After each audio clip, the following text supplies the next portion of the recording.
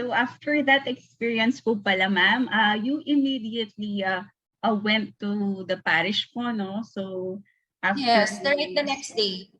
Kasi that was 3 a.m., right? I woke up. The mga 12 noon, I went to Pampanga. Wow. The same day. Kasi hindi naman pwede na na hindi ko gawin, baka magalit sa akin. Yes po. Baka magtampo. Naniniwala ko na nagtatampo sila eh. Like sa Our Lady of Manawag, sabi nila, sabi dito, if you say you're gonna go, you have to go kasi magtatampo sila. Some people will argue na it's idolatry or whatever, but for me, I feel like it's not idolatry kasi those are images and it's like diba, we have pictures, parang ganun lang din yon. And yung nasa sa faith mo naman din talaga yun for me. I highly agree po, no, that we do not worship Mama Mary and saints. We only ask for her. We just love her. Yes. We venerate her, we love her. We don't worship her.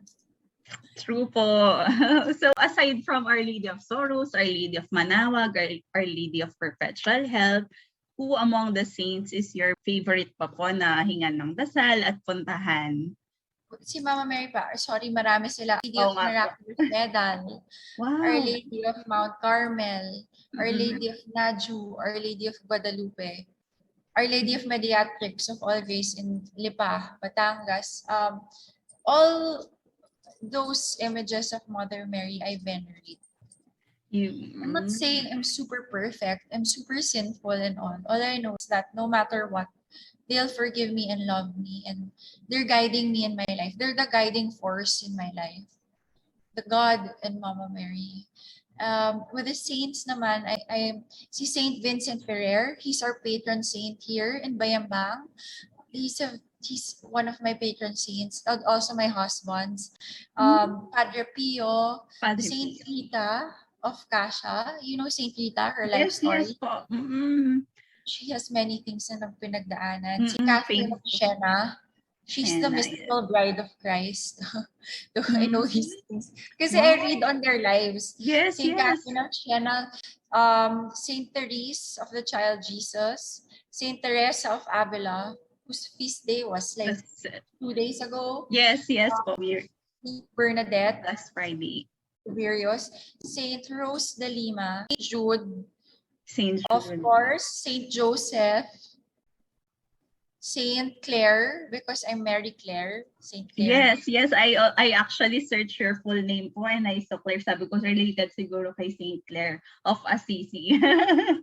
Saint Ezekiel, Saint Gerard Magella. I have yes. Saint Francis, Saint Anthony, Saint Benedict, Saint Dominic, and of course the Archangels. Sila yung mga patron saints ko. Ang dami kong pinagdala. Sila yes. Yes. So, really have a rich knowledge po about the saints, no? That and I'm glad to have this experience. Well, there is a tendency po kasi for well-known people like you po, no, to not notice our requests, no, but you made it easier for me to reach out to you po, and this is very humbling po talaga. No, that I can closely relate po kasi that I am fond of sharing their stories din po, di ba? Na dami rin po nilang pinagdadaanan, pero... Saints, yeah. Ang dami pinagdadaanan saints. Alam mo ba, yung ibang saints nga, sobrang sama nila before. Like example, Saint Francis, sobrang spoiled brat siya. Tapos, yes. sorry for the term, pero ano siya, paano tawag doon? Playboy siya. Pero ito naman naging saint siya. Marami silang ganyan. So, yung mga tao na feeling nila wala na silang pag-asa sa buhay kasi feeling nila na ang sama-sama nila, may chance tayong lahat kasi tao lang tayo, and si God will really use your sin or for a purpose. So, you just believe in them and si God na bahala. That's what I believe. Di ba po, they're like us din naman po before. Nag-umpisa din sila as sinners. We are sinners. Everyone's a sinner except for Mama Mary. True. All of us, even the saints, are super sinners. But that doesn't make you, that's the point, that doesn't make you any less precious to God. He will always love you no matter what. I highly agree po, no? So, ay, nako, God willing po siguro talaga, no? I believe God willing po, I claim it in God's name na talagang binigyan niyo po ako ng chance. Lalo na po Wednesday night siya after naming magdasal ng Our Mother Perpetual Health. Yes po. Yes po. I actually typed it right away na after praying for Mother you approved my request po. So and considering po na you are very famous, ma'am, na alam mo, that's something, honestly, something that doesn't get into my head. Kasi I believe na it's not really important. What's important is how you are with others. Fame isn't really important to me. I mean, actually, I'm shy. I'm a very shy person. So, when someone says you're famous, parang naiiya lang ako. Kaya po siguro very easy to reach out po kayo, no? Humble and can closely relate to people or sa madla, no? Yung I think you can sympathize well with us, no? Yung you're also prioritizing our requests or needs. So thank you very much po. And please tell us something po about, kahit quick sharing po about your cute Uniko iho. Yes, we have a son. Me and my husband, we have a 5-year-old child. His name is Antonio. He's very makulit already. He's very prayerful. What I admire about my son at his age, he already, sometimes when I pray the rosary kasi every day, sometimes he joins. He knows how to pray it already. Hail Mary, buong buo, and the Our Father. He's very, I'm proud of him. And then before nung walang COVID, I bring him, sinasama ko talaga when I do my monthly visits to Manawag. He goes with me. My son, he's very, kasi yung ibang bata, alam ko hindi na sila marunong magdasal or what. Kami talaga mag-asawa, we train our son to have faith in God, in Mother Mary. So I'm very happy that my son is growing up to be a God-fearing child. Yes. Share ko. Yes po. No? So very cute, no? Hindi lang po pala panglabas na gwapo and cute si baby Antonio. Yun pala, siya rin ay nagmamana, of course, sa kanyang mommy na Marian devotee and grateful kay God. Opo. And tapos every Saturday, meron kaming, I joined this group, my tita heads it. If you have time, you can join. It's 2,000 Hail Marys of Tita Jinky. She has an image of Our Lady of Mediatrix. It's very, miraculous, producing oil and gold dust. So, when it's our turn, when it's our petition, si Antonio joins me. We say Hail Mary together. Nakakatawa. Yes, nakakatawa po yun. When it comes to the rosary. So, is there a chance po that this idea comes by that you would like him to be a priest someday, or kung ano naman po yung a priest? Sana, pero yung intention ko para hindi siya makapag-asawa, pero mali yun eh. So, yes. For me, when he grows up, whatever makes him happy, I'll always support him. Support you. It's the most important thing. And just as long as hindi niya makalimutan yung faith niya, we will always support him in whatever field he wants to pursue. Yes, wow. Very supportive. I'm sure ganun din po si daddy, no? Very supportive. Yeah, mas strict yung daddy niya. So balanced naman po siguro, no? I think. Balance. And I'm just curious po, ma'am, if it's okay to ask that how would you describe your life now? Is it more satisfying than the one you had when you were still on the camera? I mean, now that you are still being exposed in the camera and the social media, but before, when you entered the Big Brother, so I think I would say that my life I reached the point in my life na I'm content with what I have and what my life is. And because siguro I learned how to be grateful. Before I was not. I was very spoiled. I was very, the world is problematic for me. Like kahit na maliliit na bagay. Parang I felt like the world revolved around me, which is not good. Pero kahit ganun ako, yung faith ko kay God nandun pa rin. May one time lang na nagalit ako sa kanya. Nagalit ako parang kasi my first miscarriage. Nagalit ako, bakit mo ako pero ngayon naiintindihan ko na why. The second miscarriage, no, may part pa nga, may time na nakunan ako. Sabi ng daddy ko nung pinapakita sa akin yung baby ko nasa bottle eh. Sabi ko, hindi ko na-remember. Sabi ko, oh God, I offered you my baby. Whatever I'm going through, I offer it to Mama Mary and to God. Sinasabi ko daw yon. Hindi ko na matandaan. So, I guess, I would say, with your question, I learned how to be grateful. That's why I'm content with my life right now. Being grateful po, no? So, I think that is priceless, no? Wala pong katumbas ang pagiging grateful. And it equivalent to being happy. Grateful and content. And believe that you are blessed. Iba-iba naman kasi blessings ng tao. You have to look at that way. Everyone is blessed. Iba-ibang blessings lang talaga. But yes, everyone is blessed. And we are actually very unworthy of the blessings. But because of His love, we are so blessed. Yes, that's true po, no? So grace, no? And mercy. So we are all unworthy po, no? And yet God is still there pouring out so much blessings in our lives. So what is your ultimate prayer po, ma'am, so we can join you in praying for you, praying with you every day? Ang ultimate prayer ko lang talaga, really, honestly, is for the safety and protection and good health of my family and my loved ones.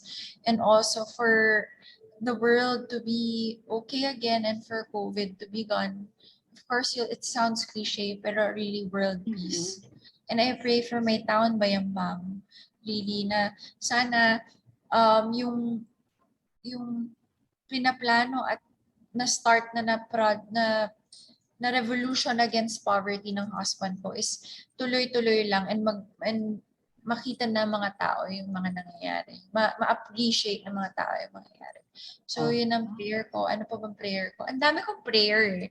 Pero kasi yung prayer ko, can just pray for my prayers. Yun na lang. Kasi sometimes I want it between me and God. Sure, ma'am. Opo. So we will be one with you in praying for your intentions, no? Just like everyone else who are watching right now. So I hope this video or episode will be an instrument for us to unite through prayers po. And of course, number one ang prayer sa buhay. Yan lang talaga, ang rosary is the most powerful weapon. Really. Yes, po, I agree. Rosary po, no? Praying of Holy Rosary is very miraculous, no? Lalo na po we are celebrating the month of the Holy Rosary, no? Also, you should also, I believe na you can pray the Rosary anytime of the day before you sleep. You know, you talk to them and you feel lighter in buhay. Rosary. Ako, I wear my rosary in my wrist. Yes, yes. My rosary. Or sa pocket po, pwede. Yes, sa wrist po, no? So bracelet, rosary bracelet, and it's easy lang po and simple ang pagdarasal ng rosary. So there's no reason for us to be excused, no, as Catholics. Okay. So you are, for me personally, you are testimony po to the saying that pag may gusto, may paraan, no? So despite your busy schedule, your fame, okay, your family, or anything that in your schedule, so you make it a priority to communicate with God through prayer and to share that also, no, yung pong stories ng saints, your being a Marian devotee. So you see to it that I can testify to that as well po in your social media accounts. Talagang everyday lahat po ng nagse-celebrate ng feast day na saints. And Talagang pag yung saint na venerate ko, talaga ipopost ko. Kasi di ba yung ibang saints, hindi ko naman din kilala.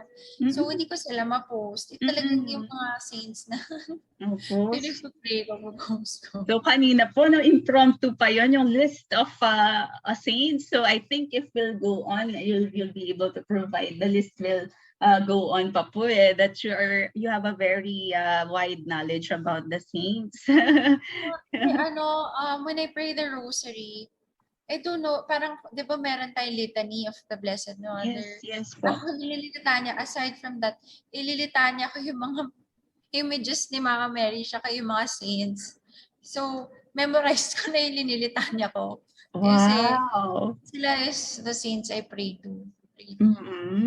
Marami rin kasi when I had COVID, aside from Mother Mary, yung saints na I pray to, and the images like Infant Jesus of Prague, si Jesus, si Jesus Nazareno. Sila is when nagpa-pray ako nagka-COVID, doon lalo talaga na-strengthen faith ko yung nagka-COVID. With that po, no, yung COVID, having mentioned that, no, so being infected with COVID-19, that's one of the painful experiences that you also had last 2020. Last year. Yes. Last year talaga was it's a challenge. After being getting burned po yata yun, or no, first I had a miscarriage, was December 2019, and then we had COVID kami mga nauna, hindi pa alam na COVID that time. We were March 2020. And a few months after, nagkaroon pa nga akong phlebitis. Marami phlebitis, yung para siyang sepsis. After noon, nagkaroon ako ng ear infection, tapos yung burns. Sunod talaga siya. But look at you po, no? Very gorgeous, no? So standing up with a steadfast faith, no? So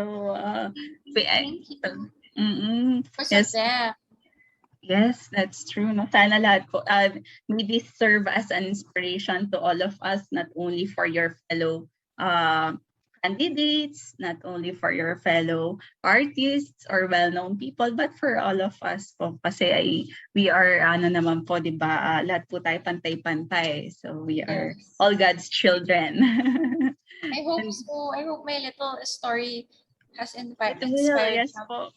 It will definitely po. So for our conclusion na lang po, the pandemic made it harder for us to cope at times, knowing that every day is filled of struggles and sorrows because of the uncertainties we are facing. Marami po ang nagkakasakit at nawawalan ng hanap buhay, at worst, buhay mismo. So your last or final message po to those who are in the stage of grieving due to losing family members or loved ones, and those who are undergoing sorrows in life, and people in general po na who are struggling like us in our own ways. Like short message lang po. Yeah, what I really want to say to everyone who's suffering is, do not be afraid. Kasi lahat ng sorrows natin, may kapalit lagi na graces kay God. When yung nakikita, yung mga pains nyo at pinagdadaanan sa buhay, nakakita ng Diyos lahat yan. Gagawin nyo lang dyan, kunyari, ito yung natutunan ko rin, may pinagdadaanan ka, ialay mo sa kanila. Kasi ma-appreciate nila yun. Kumbaga magkaka-extra points ka pa in heaven. So you take your sacrifices, take your sorrows as sacrifices, and in return, graces will be showered upon you. I don't know in what form, but definitely God sees and He knows what you're going through, and you'll always be full of grace if you just offer it to them. And everything is just in passing. Everything passes by. Everything is temporary.